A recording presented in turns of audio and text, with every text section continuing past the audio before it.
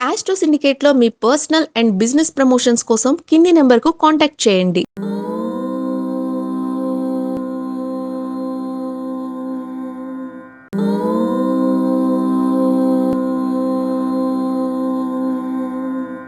ఓం శ్రీ గురుభ్యో నమ. హరి ఓం. అగజానన పద్మార్కం గజానన మహర్నిశం అనేకదంతం భక్తానాం ఏకదంతముపాస్మహే. అందరికీ నమస్కారం. ఈరోజు మనం 14/1/2026 మీకు నేను సంక్రాంతి శుభాకాంక్షలు చెప్పాలా వద్దా?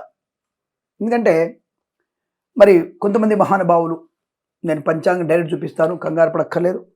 పిడపర్తి పూర్ణ సిద్ధాంతి, పిడపర్తి పూర్ణ సుందర్రావు, పిడపర్తి శేష వెంకట రవితేజ, కొంపెల్ల సూర్య శ్రీనివాస గారు రాసినటువంటి పంచాంగం ఇది.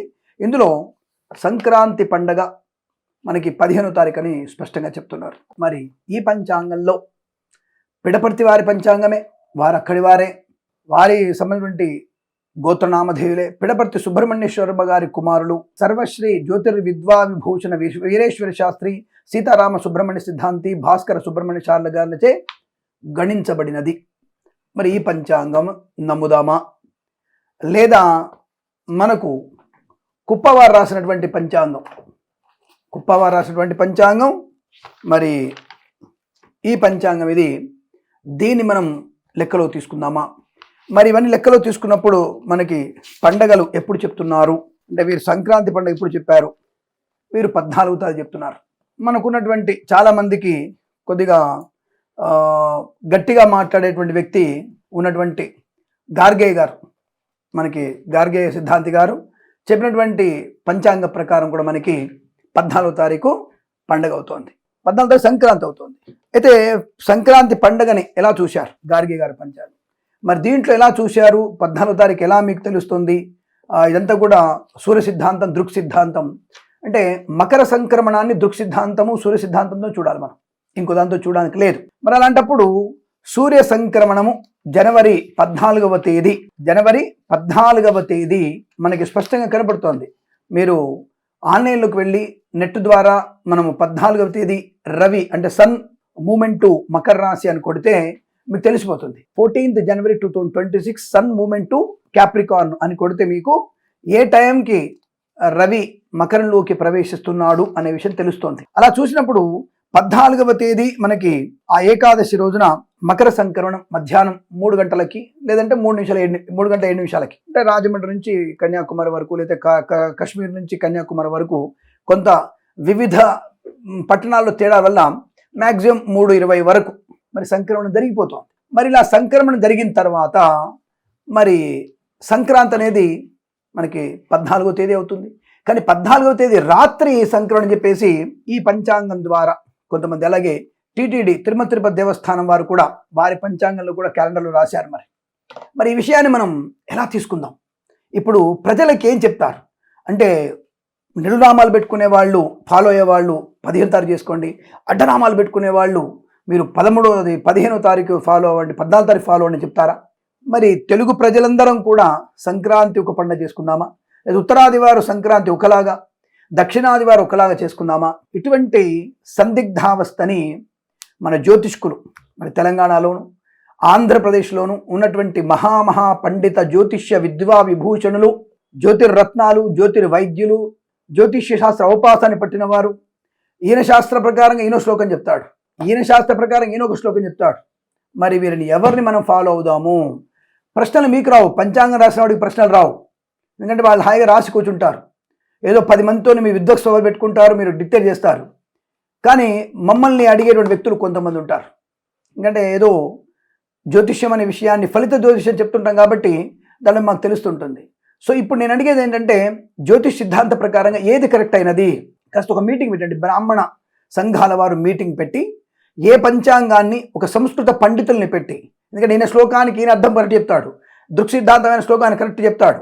ఈ 2 శ్లోకాలకి సందిగ్ధ ఉన్నటువంటి విషయాన్ని ఒక మంచి సంస్కృత పండితుల్ని, వారికి జ్యోతిష్య విజ్ఞానం అక్కర్లేదు, సంస్కృత పాండిత్యం ఉంటే చాలు, అలాంటి సంస్కృత పాండిత్యం ఉన్న వాళ్ళని నియమించి ఏ శ్లోకము ఆ శ్లోకార్థం ఏమిటి అని తెలియజేస్తే మంచి మనకి జ్యోతిష్యం అనేటువంటి విషయాలు, పండగలు, పబ్బాలన్నీ వస్తాయి.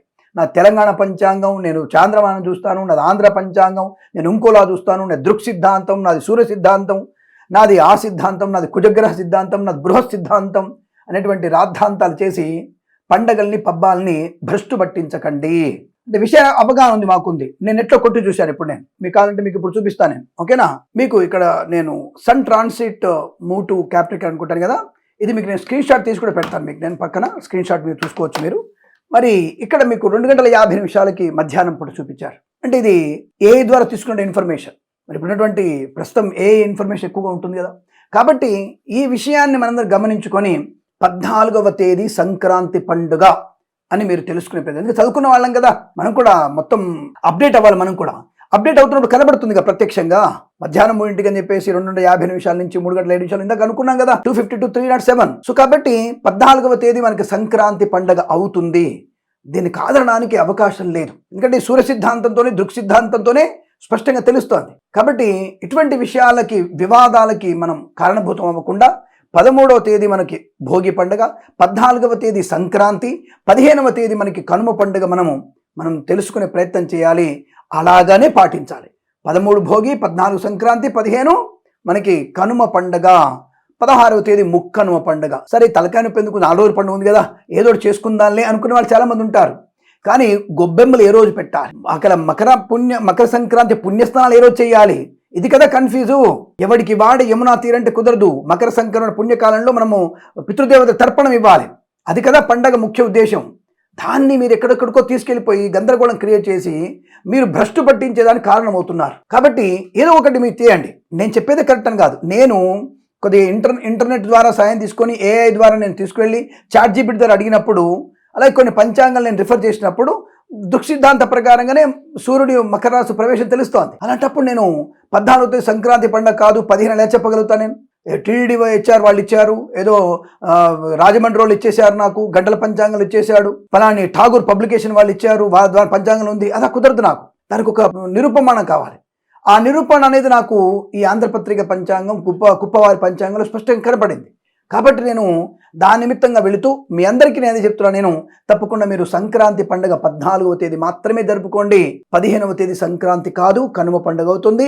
ఉత్తరాయణ పుణ్యకాలం లేదు. పిండ పితృయజ్ఞాలవన్నీ కూడా మీరు 14వ తేదీ మధ్యాహ్నం పూటనే పితృదేవత తర్పణము, పిండ ప్రదానము అవన్నీ కూడా ఇచ్చుకోవాలి. శ్రాద్ధాలు జరిపించుకోవాలి.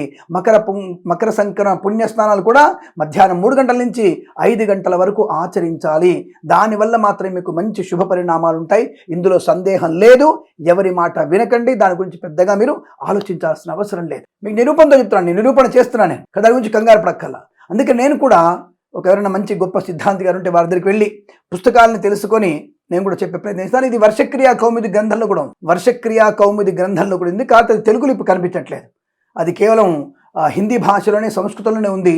అది క్రియా కౌముదిలో స్పష్టంగా రాసింది. అది కూడా నేను తీసుకొచ్చి దాని తెలుగులో ఎవరైనా అనువాదించగలిగితే దాన్ని చేసి దాన్ని కూడా మేము ముందు పెట్టే ప్రయత్నం చేస్తాను. కాబట్టి పండగ 14వ తేదీ జరుపుకోండి, మర్చిపోకండి. శుభమస్తు. ప్రేమతో మీ కిరణ్ శర్మ. నమస్కారం.